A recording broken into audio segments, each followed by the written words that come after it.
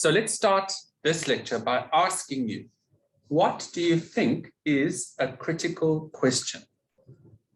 What do you think is a critical question? Do you know what it means to be critical? What does it mean to be critical?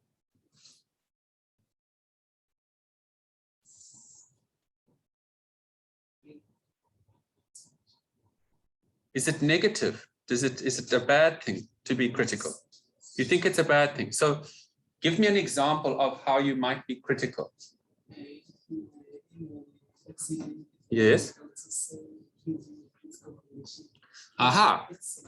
All right. So if somebody's in critical condition, if they've been in a car accident, it means that they are struggling to keep alive. Okay. What other context can you think of the word critical?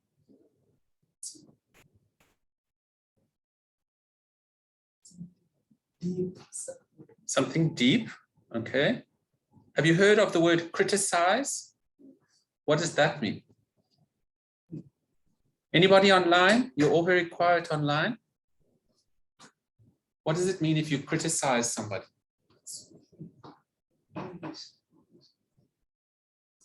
See if you can tell me what you think it means. Doesn't matter if you're wrong.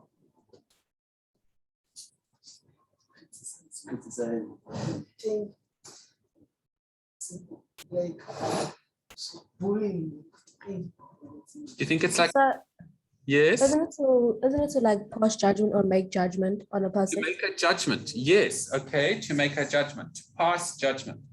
And usually when we talk about being critical of somebody, it's a negative judgment, isn't it?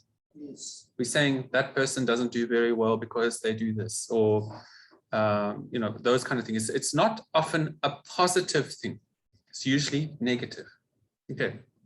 Now, critical questions, when we're at university, don't necessarily mean that we're looking for negative things. We can look for positive things in criticism as well. To criticize something means to look at it deeply, like you said, to look at something deeply and to analyze whether it is true or false, okay, on the one hand, or to see how it works. So we can look at something very deeply to see how it's put together, and we can form a criticism of it. So you can do a critical analysis of a piece of music by seeing how the music is put together, how the composer wrote all of the chords and the melody, and you can talk about that. That's called critical analysis, okay? So you can look at all the different parts of something. Or you can assess if something is working or not, okay? So you can have a critical analysis of like a government organization. Let's say you were doing a critical analysis of the Department of Home Affairs. Then you would go to Home Affairs and you would look at all the ways that they do things in Home Affairs. And you'd say, is this effective? And if it isn't effective, why isn't it effective? If it is effective, why is it effective? Okay, so it's how and why, and do things work or do they not work? Okay, these are critical questions. So finding critical questions is asking how, why, when, how do these things come together? How do they operate together? How do they work together? Okay. Criticism doesn't have to be negative.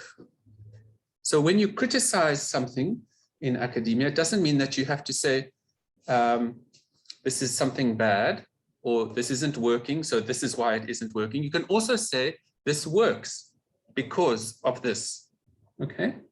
So critical questions are deep questions, trying to find out where things come from, how they work, and why they work. Critical questions also can be asked of the things that people say. So let's take an example. I've used this example before with you. Consider vaccination, okay? How many of you have heard that a vaccination, getting a vaccination, can implant a microchip into you when you have the injection? Have you heard that? Okay, some people have said if you get the vaccination, the government is going to put a little microchip into you so that they can follow you and do all sorts of things to you. Okay. So how do you work out if that is true or not? You have to ask questions about it. Okay. So one of the first questions you might ask is, who sent me this message? Okay. Let's say you got it on WhatsApp. Who sent me this message? Then you think in your mind, this kind of person, what kind of news do they usually give out? Okay. When they send me something, is it usually reliable? Or do they just talk about jokes all the time? Or do they give me unreliable things? Or are they unreliable? Okay. Then you will go to the actual thing that you see that they forwarded to you. And you see who wrote that? Who wrote the original message? And you go and do some research about them. Who are they? What do they do? Who pays them money? Because, you know, if somebody pays you money to do something, of course, you're probably going to do it. Okay. Let's say a government pays you R1 million to say something about, say something like Department of Home Affairs is the most effective department in the government. Okay. And they pay you R1 million to say that over and over again. Let's say you're an important person in the community and you keep saying that. The government pays you the money to do it. Okay. Then of course you're going to say it. Who wouldn't say it if you were paid R1 million? Okay. So then you can ask, who is paying this person? Do they work for somebody who is going to benefit from this? Okay. In terms of politics, we can often ask critical questions. So for example, do you know what tenders are? You know what a tender is? The government, if they need some kind of service, they advertise that they need somebody to assist them with something, okay? And that process of advertising and employing people for the government is called a tender, okay? Now let's say you are the mayor of Durban, okay? And your brother is an electrician. So you need some electrical work done in the city. So you put out an advertisement and you say to your brother, please apply for that job. Then he applies, okay? Then you say to the committee who is saying, listen, this guy is the best guy. We appoint him. The committee appoints him, he gets the work, the money goes to him, okay? Now somebody will say, that person actually charged a lot more money than the other person who applied. So why did you choose him? Then they go, okay, why did they choose him? They went through the right process. Who is this person? How is he related? Oh, he's related to the mayor.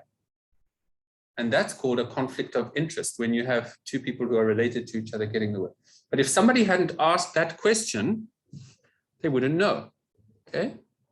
So we have to ask critical questions to find out why things happen the way they do or why things have happened. State capture is all about asking critical questions. You've heard of state capture? Yeah? Yes, no, maybe? You haven't heard of state capture? Jacob Zuma stealing money from the government, the Guptas. You don't know about this? You don't? Who doesn't know about it? Ish. Why are you so quiet? You're supposed to say things. You're just looking at me. Huh? Okay. So all of the things that have come out about state capture are because of critical questions. Asking questions about why did this happen then? Who did this? Why did they do it? Okay. These are critical questions, and we use critical questions a lot in academic work. All right. So let's consider that story that you were reading called Nailed. Tell me what happened in that story. What is the story about? And those of you who are online can also contribute. Okay, yes?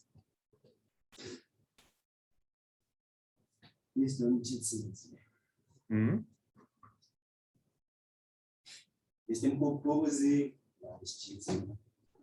Cheating. Okay, who's he cheating on?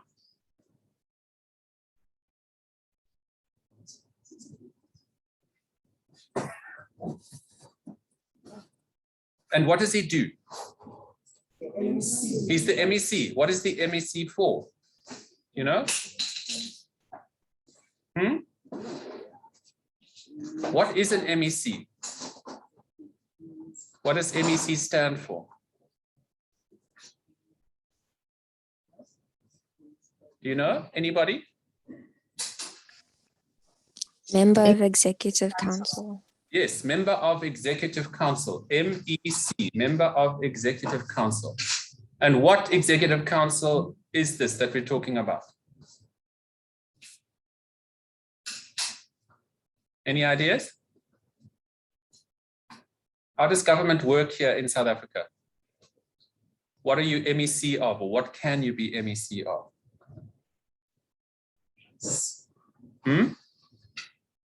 Are we talking about national government or provincial government?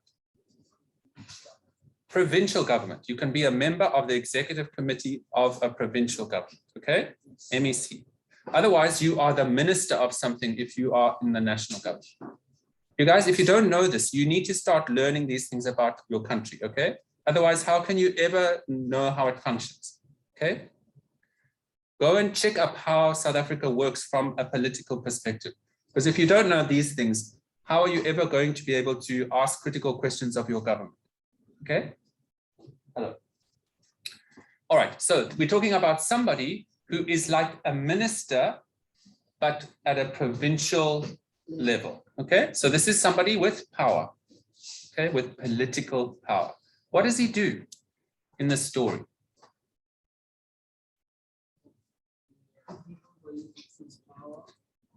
How does he use his power?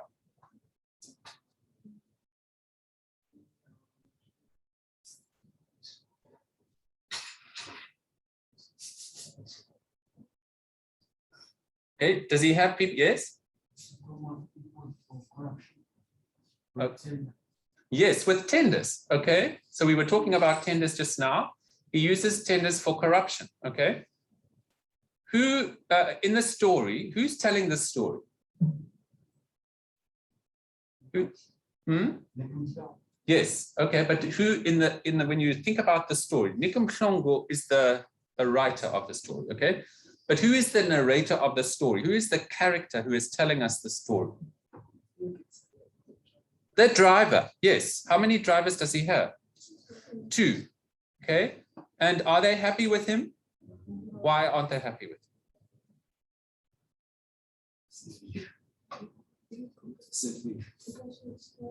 Selfish in what way?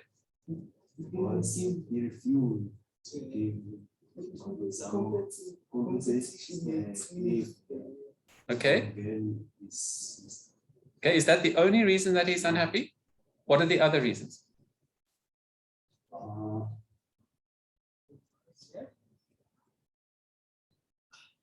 Is he happy about being out late? Would you be happy about driving somebody to somebody's house and then having to stay there in the car while he's inside? So he's unhappy about that, or they're both unhappy about that. Do they know what's going on? They do. They do know. They know exactly what he's doing. How many mistresses does this man have, this MEC? How many people is he sleeping with? The story tells us. How many people is he sleeping with? 2, at least 2, okay? And this person that he's going to now, has he gone to before? Yes. Is the person that he goes to married? Yes. Who is she married to? Woman. A policeman. Okay. And is the policeman an honest man? Why isn't he honest? Tell me what he does. He accepts bribes. Yes. Okay. So we've got quite a few people here who are not honest. Hey, we've got an MEC who is using his power to ensure that family and friends are getting money from the government. Then we've got a lady, at least one lady, the primary lady in the story, who is cheating on her husband. Okay. And then we have the husband who is a police officer who is using his power to take bribes. All right. So we've got a lot of mess happening here. Okay.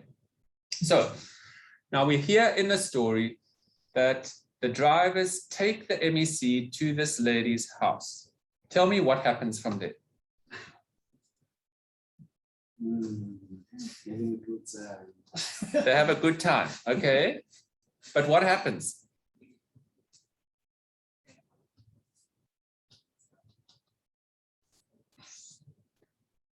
Who arrives? The policeman, the husband. And then what happens?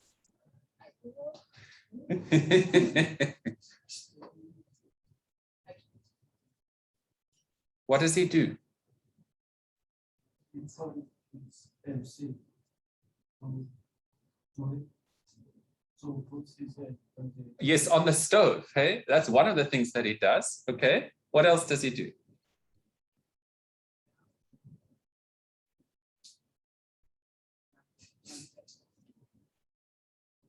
Do they go upstairs? What happens upstairs?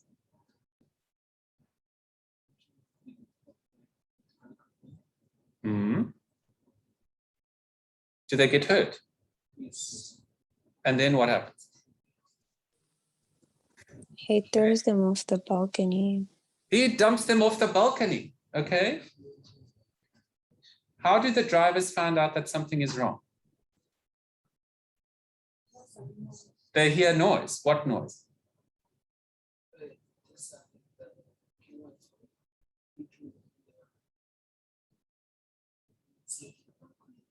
Okay, right.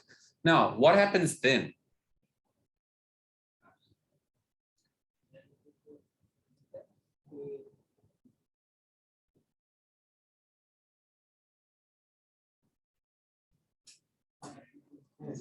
Other people here, okay? And who comes?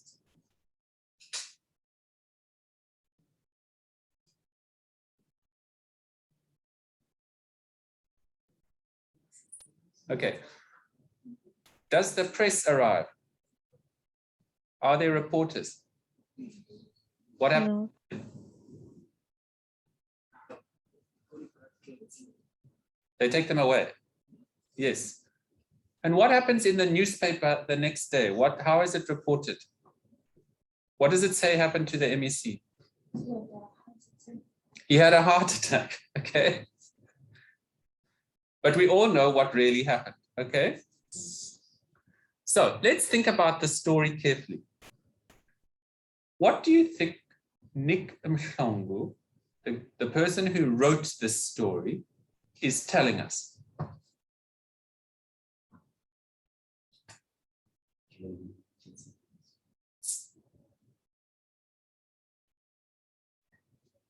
Is this story, firstly, let's establish, is this story true?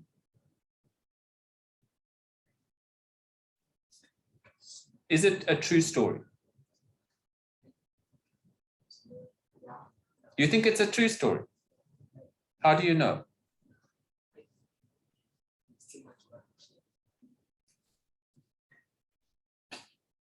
Girls, you're so quiet. Come, let's hear from you. Is this a true story? And what tells you that it's a true story? Are there clues? Yes? I think it's a true story. Okay. Because, it's often happened that NPCs are using their powers to For themselves. Okay. So here's an important question for you. This story, as you've read it now, comes from a book of short stories. That means they are short. You've read some of the others, okay? These stories are what we call fiction. Who knows what fiction is? It's a made-up story, okay? Now, made-up stories doesn't mean that they're not true, in that they don't teach us something important. But it means that all the facts in the story are not necessarily real. This story is not about an MEC that is real. Okay, all of the characters in the story are not real. Okay, neither is the story itself. The story was made up by Nick Mhlongo. That doesn't mean that those kind of things don't happen. But the reason many of us think that it feels real is because we've heard stories that are very similar to that, right? We know that some MECs are like that. We know that some traffic cops are like that. We know that some men do things like that to some women. We know that some men beat up people who they find sleeping with their wives. Okay. We also know that politicians sometimes change the news to make it look as though something much less important happened. Okay. So this story does teach us very important things. It does teach us truth about things, but it is not factually true. Do you hear what I'm saying? Okay, so there is a difference between fact and fiction. Fiction can tell us truth, but fact gives us some kind of truth as well. They both can give truth. But this one, the fiction, is not factually true. It gives us an indication of what might be truth. Now, lots of children's stories have that. Children's stories often have talking animals in them, don't they? Now, do animals talk in real life? No, they don't, okay? But we can learn something from what the animals say. Okay, so let's think about that story about the Frog Prince that I asked you to watch. And I'm going to talk about that story first, and then I'm going to read you a story about that story, okay? So what was the Frog Prince about? What happens in that? Who kissed who? Yes, and what happened to the frog? Yes, it turned into a prince, okay? Now, does that kind of thing happen in real life? No. Okay, so is the story factually true? No, it's not factually true. Okay, so I'm going to read you a story now. It's also a children's story, but it's about the story. And for those of you who are online, I'm going to share it with you so that you can see it. Now, I want you to find out what the story tells us about critical questions and about fact and fiction. Okay, can everybody see the screen that I've shared? Yes, sir. Okay, so listen to the story now. You can all pretend that you're enjoying the story, but listen to it very, very carefully, because this isn't just a children's story. And so the princess and the frog prince got married and lived happily ever after, read Princess Arabella, closing the book with a satisfied sigh. Princess Lucinda frowned. That silly girl treated the frog prince so badly. She was lucky to marry him. If I ever met a talking frog, I would make the same mistake, agreed Arabella. So there are two sisters over here who just read that story that you watched, okay, the frog prince. Do you see that there's another character in the corner here? Okay. Princess Martha rolled her eyes. Do you know what rolling your eyes means? Yes. Like that, okay? She liked facts more than fairy tales and real frogs more than enchanted ones. She'd heard a real frog croaking in the royal pond, but she could never spot him. He's a clever little thing, thought Martha. Martha was right. The frog was very clever indeed. He often listened in on the sisters' stories, and the more he heard of princes and princesses, the more he longed to be one. The frog dreamed of sleeping in a soft bed, eating fine foods, and wearing a beautiful crown. And he'd just come up with a clever plan to make his dream come true. So there's the frog. Let me just change the picture so that everybody can see. And there's him imagining to be a king. Yuck! Go away, you slimy little frog, shrieked Arabella and Lucinda as a frog popped out in front of them. But instead of leaping into the pond, the frog cleared his throat and spoke. Allow me to introduce myself, said the cunning frog. My name is Prince Ribbit. Arabella and Lucinda stared, open-mouthed, but Martha was delighted. It's a frog, she shouted, a talking frog. Okay. So this is the one who was sitting in the corner just now, okay? A jealous wizard turned me into a frog because I was so astonishingly handsome, said Prince Ribbit. If only there was a way to break the spell. But there is, cried Lucinda. It's in this book. You just need to be looked after by a pretty princess like me. Or a pretty princess like me, said Arabella. And then you'll turn back into your astonishingly handsome self and we can live happily ever after. So now they're seeing this frog. They think, oh, this is a real frog that we can kiss and make into a prince. Okay. Lucinda and Arabella took Prince Ribbit back to the palace and gave him whatever he wanted. Lucinda let him sleep on a pillow, while Arabella let him eat from a plate. But the more Princess Martha saw of the frog, the more suspicious she became. Why are you making such a fuss of him? She asked, as Prince Ribbit hopped around the dinner table. Here is our first critical question. Why are you making such a fuss of him? She wants to know why are they doing this. Here's the picture.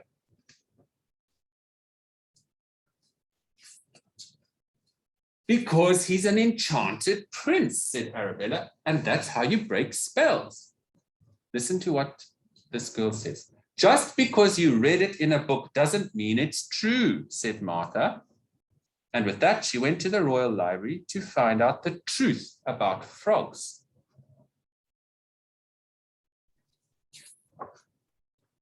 A mummy frog lays eggs, she explained to her sisters. Then the eggs turn into tadpoles and the tadpoles turn into frogs. But frogs don't ever turn into princes. Just because it's in a book doesn't mean it's not true, replied her sisters. So the princesses continued to pamper Prince Ribbit. They let him sleep in the biggest, softest bed. And gave him the finest clothing and a beautiful new crown. Martha was the only person who saw Prince Ribbit for what he really was. You may be very clever, but you're just an ordinary frog, she insisted. Just because it's in a book doesn't mean that it's true, said Prince Ribbit cheekily.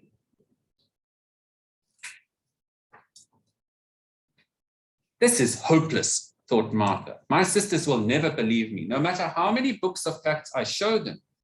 But I suppose I'm just as bad. I never look at their storybooks. Perhaps I should. So Martha gathered a big pile of fairy tales and began to read. She was surprised to find that while the stories might not be true, they were often funny, exciting, and inspiring. And after Martha had read them all, she knew exactly how to deal with Prince Ribbit. So there she's reading all of the stories that her sisters read. If you really are an enchanted prince, why hasn't the spell been broken yet? Asked Martha the next morning.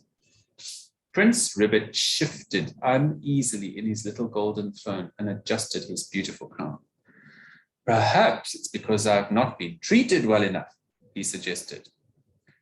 You seem very well treated to me, said Martha. I think it's time we try something different. What's the one thing that will always break an evil spell? True love's kiss, said Arabella and Lucinda excitedly. So what do you think they're going to do? They're going to try and kiss the frog. Yes, let's see. Me first, said Princess Arabella, planting a big wet kiss on Prince Ribbit's clammy cheek. You don't love him as much as I do, said Princess Lucinda, snatching the frog from her sister and squashing his face with a passionate smooch. But no matter how many kisses they gave him, Prince Ribbit remained very much a frog. And in the end, both princesses realized that this was all he'd ever be.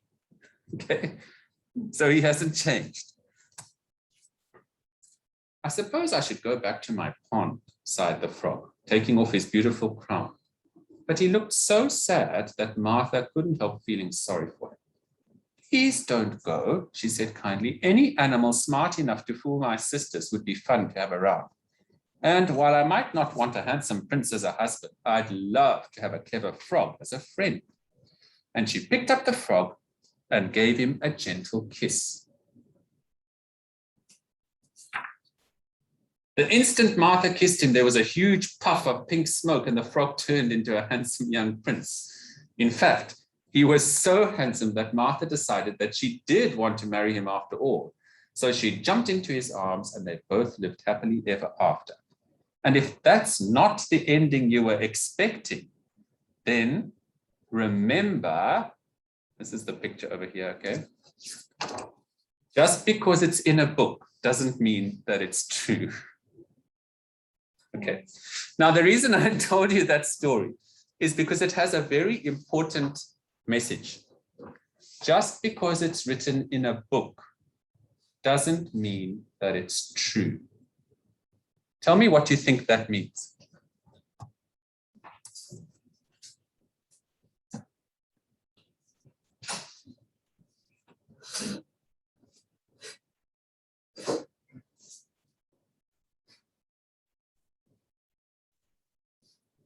What does it mean that everything that you read in a book is not true, necessarily true?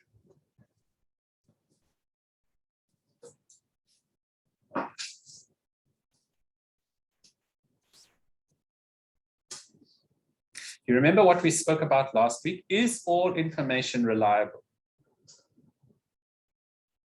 How do you check if something is reliable?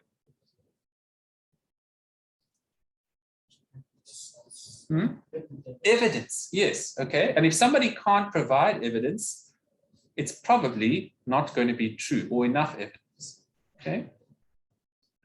So we're relying on evidence for something to be reliable or true. So just because somebody has managed to write something down and get it published in a book doesn't mean that they have enough evidence to show that it's true, okay? Am I making sense? So here's the deal. The stories that you have read from Nick Mhlongo are not factually true. They didn't happen. None of them happened for real. They're all stories. But all of those stories teach us something. I'm sure you can remember back to those stories that we read last semester. There was one about the mother who got raped and had the child called Naledi. Remember? What did we learn from that story? You remember? Or what did you learn from that story?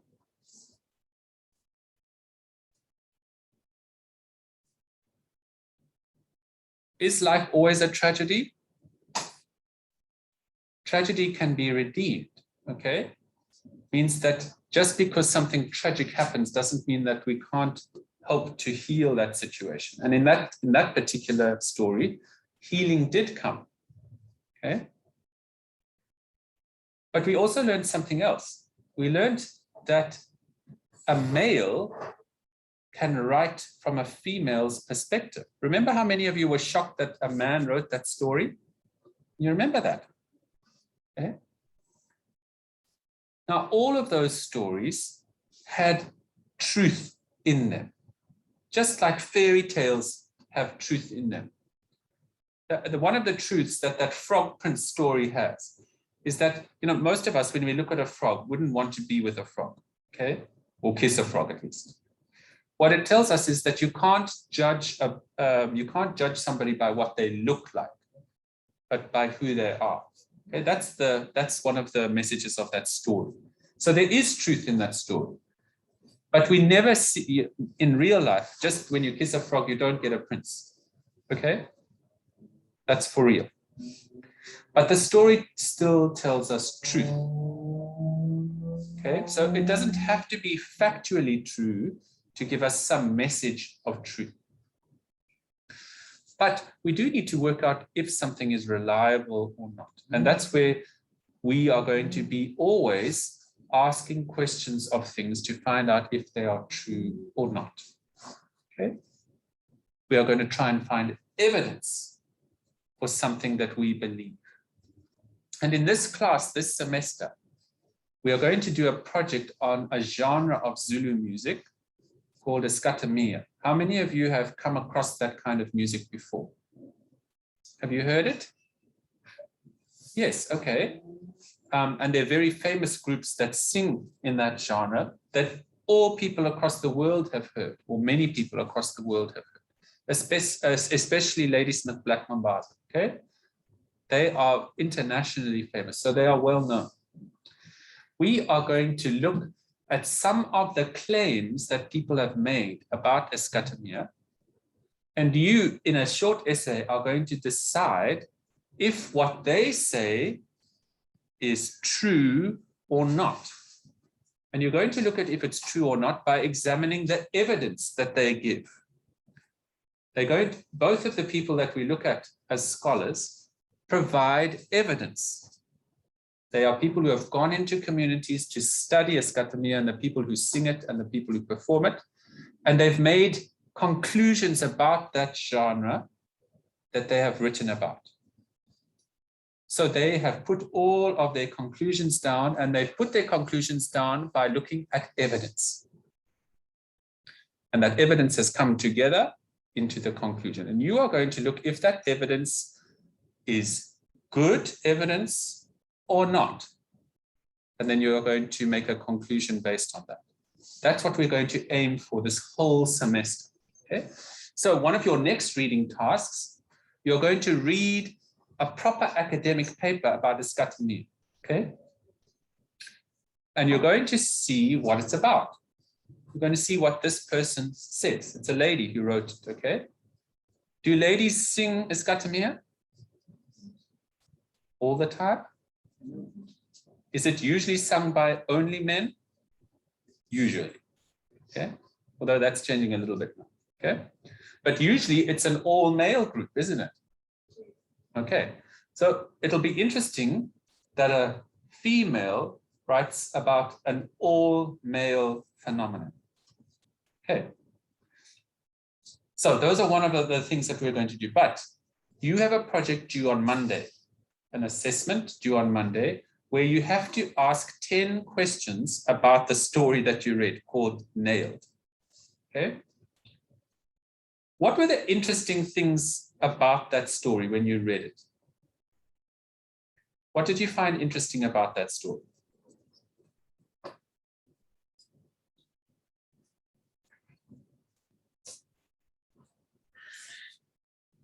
Did you think it was a funny story?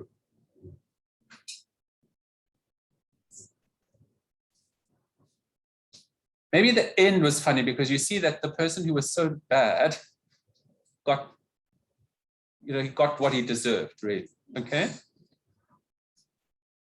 What was not funny about this story?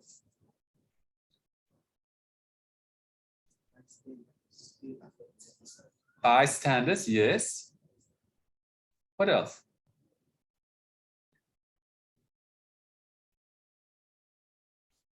Many of you have said it was a true story. It's not funny because so many things like this actually happen for real. Okay.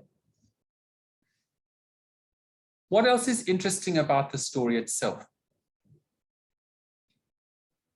How the drivers didn't notice Dumi coming inside the house. Yes, the drivers didn't notice the policeman coming into the house. Okay, so they weren't awake all the time, or they weren't concentrating all the time. Good. What else?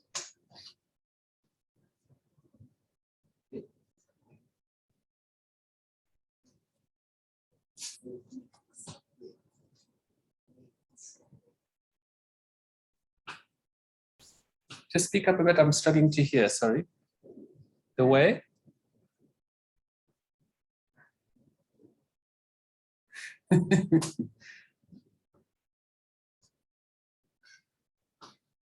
So when you are asking critical questions, when you are trying to create a set of questions about a story, you need to look for the interesting things that happen.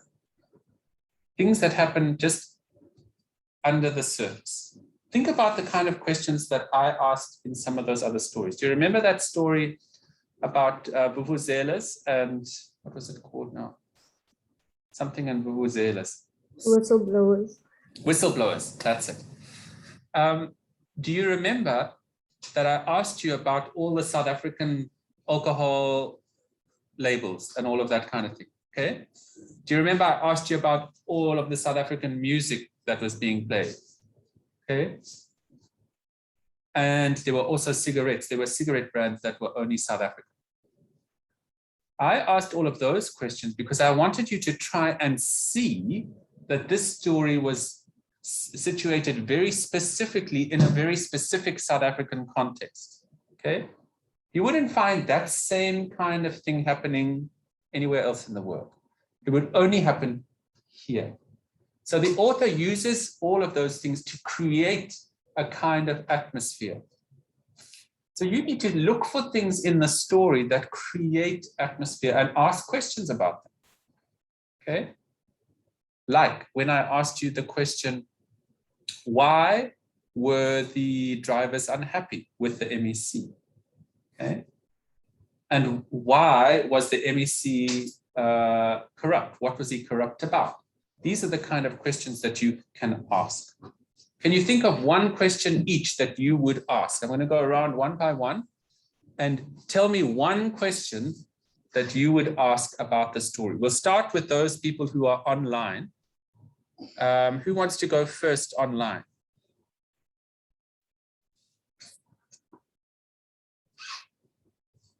Tabo, can you share one question that you asked about this story?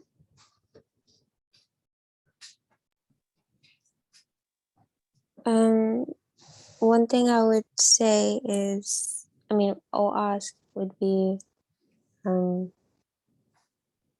like an opinion about the MEC's view on short nails versus long nails, because I found that as an interesting debate that he had.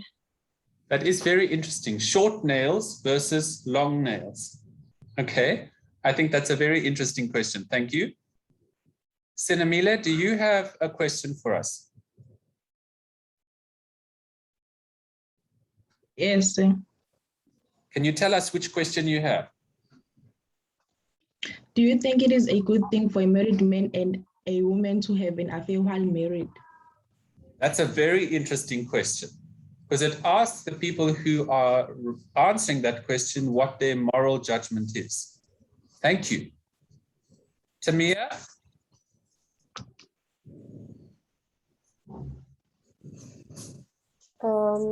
Sir, I would ask something along the line.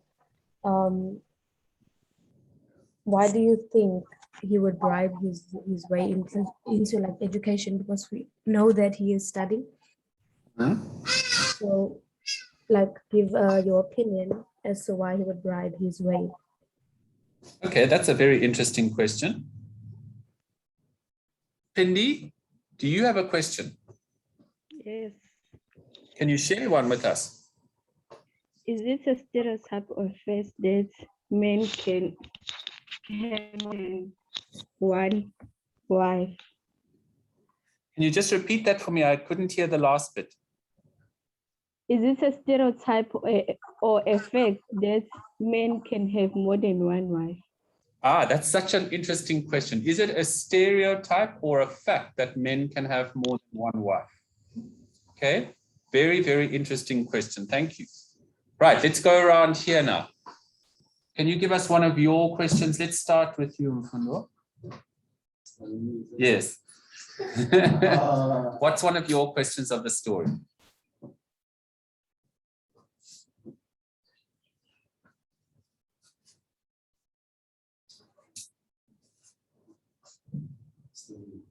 Okay, we'll come back to you. Sifundo? Why the police office denied the message of being people goods on the shoe? Ah, okay, that's a very interesting question too. Kanisile, do you have a question for us? Okay, man, those men out. She said Yeah, that's a very interesting question too. Okay. Itzy, do you have a question for us? You haven't got one yet. Why did the cheat on her husband? Yeah, that's actually a very interesting question. Why did she cheat on her husband? Okay. Does the story give us some evidence about that? Yes, it does. Yeah, that's a very good question.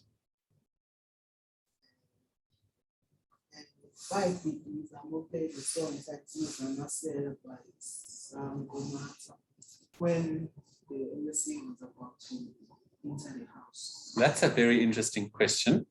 I'd like to hear your answer for that when you give me your answer. You see, you're all coming up with very interesting questions here. Isn't it interesting, though, when you listen to the questions? It's interesting that all of us look for different things in a story. Okay, we all see different things.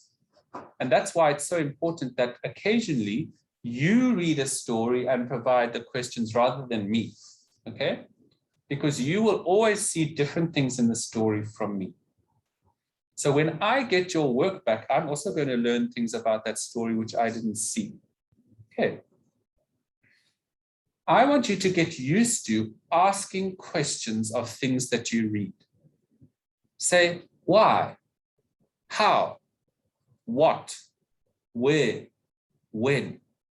Of things that are happening in the story. Do you know that there is a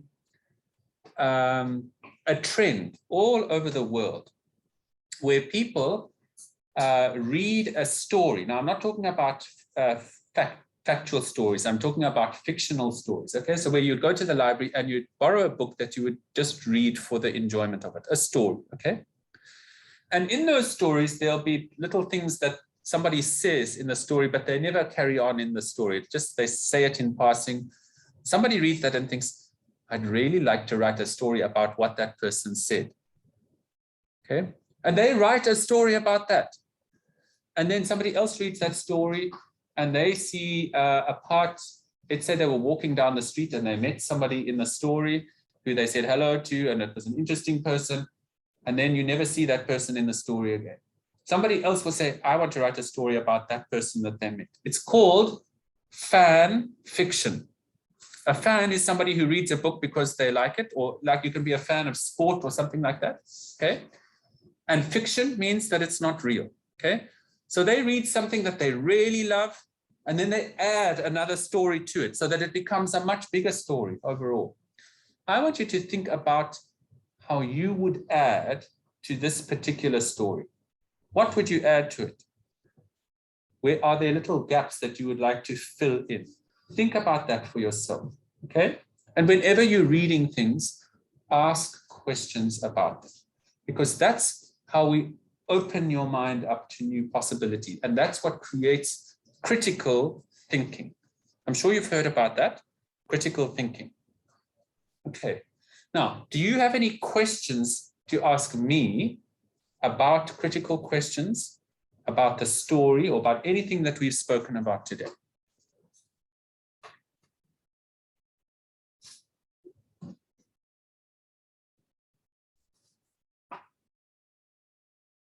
You know what my dream would be?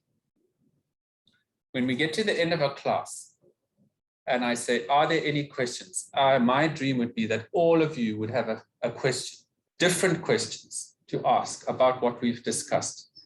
And the reason I say that is because when you are engaged with something that you are interested in and want to learn more about, you will start to think about questions that you want to ask. I would love for you to be interested about reading, and about reading about things that will interest you. You don't need to read things that are not going to interest you. I've chosen Iskatamia because I think that for most of you, it will be something that you will enjoy reading about because you know about it, okay? And also because you might learn something new about it that you didn't know. So when you are in class, I want you to use your mind to think about things that I say, because everything that I say is not necessarily true either. Just because I say it doesn't mean that it's true. Just because you read it in a book doesn't mean that it's true. You have to find if what I say, if there's evidence to back up what I say, okay? So I would long for you to ask questions, to think about things that you want to ask, to be brave enough to ask. If you ask a question, I'll try and answer it. I might not be able to, but I'll try. Okay. So think about things that you're going to ask questions for in each of our classes, even in theory classes, okay? You don't need to be scared of me. There's nothing that I am scary about, okay? And I won't treat any questions as silly questions. All questions are valid and important. Okay. So are there any questions? Also online, are there any questions?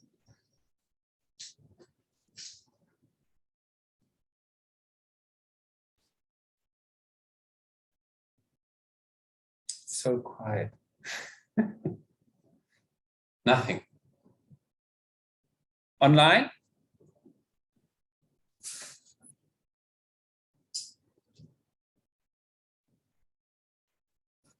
Okay. If, Sir, yes. with regards to the story, Yes. is there a reason as to why there was so many rhetorical questions in the story? So many which questions? Rhetorical questions. Rhetorical questions. Is there a reason why there's so many? Yes, because it made us, well, it made me doubt a lot in the story. Mhm. With regards to like Manto and Dumi and the MEC. It made everyone look very suspicious and made everything very, very suspicious, in my personal opinion. Yes, so sometimes authors use things like rhetorical questions. Do you know what a rhetorical question is? Those of you here?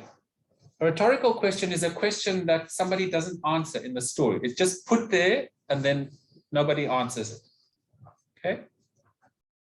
So that's what a rhetorical question is. Now, authors can use rhetorical questions to create an atmosphere. And in this story, it creates an atmosphere of mistrust. Okay? So are techniques of writing that create uneasiness or a sense of suspiciousness, as you point out. That's something that you can ask a question about in your own in your set of questions. You could include that as a question. That would be a very good one. Oh, okay. Thank you, sir. Okay. So for your project on Monday, I'm asking for 10 questions that you design on your own. I don't just want the questions. I want you to answer the question as well. You provide the question and the answer, and where you found the answer. So you put the page number, okay? Am I clear? How many questions? Is it just questions? No, answers as well, okay? Very, very important, okay? This is not something that you should spend an hour on doing. I'm expecting you very high quality work here, okay? This is something that you need to spend 3 or 4 hours doing, okay? So don't just any kind of questions. I want you to think about the questions that you are asking and then answer them intelligently. You're all intelligent people. Now use your brains carefully and show me that you can use them, okay? All right. Thank you very much for your time. I will see you, listen carefully, next week. I will see you on Tuesday at 10:30 for theory. 10:30 Tuesday for theory. Okay? Thank you for your time. Have a good week.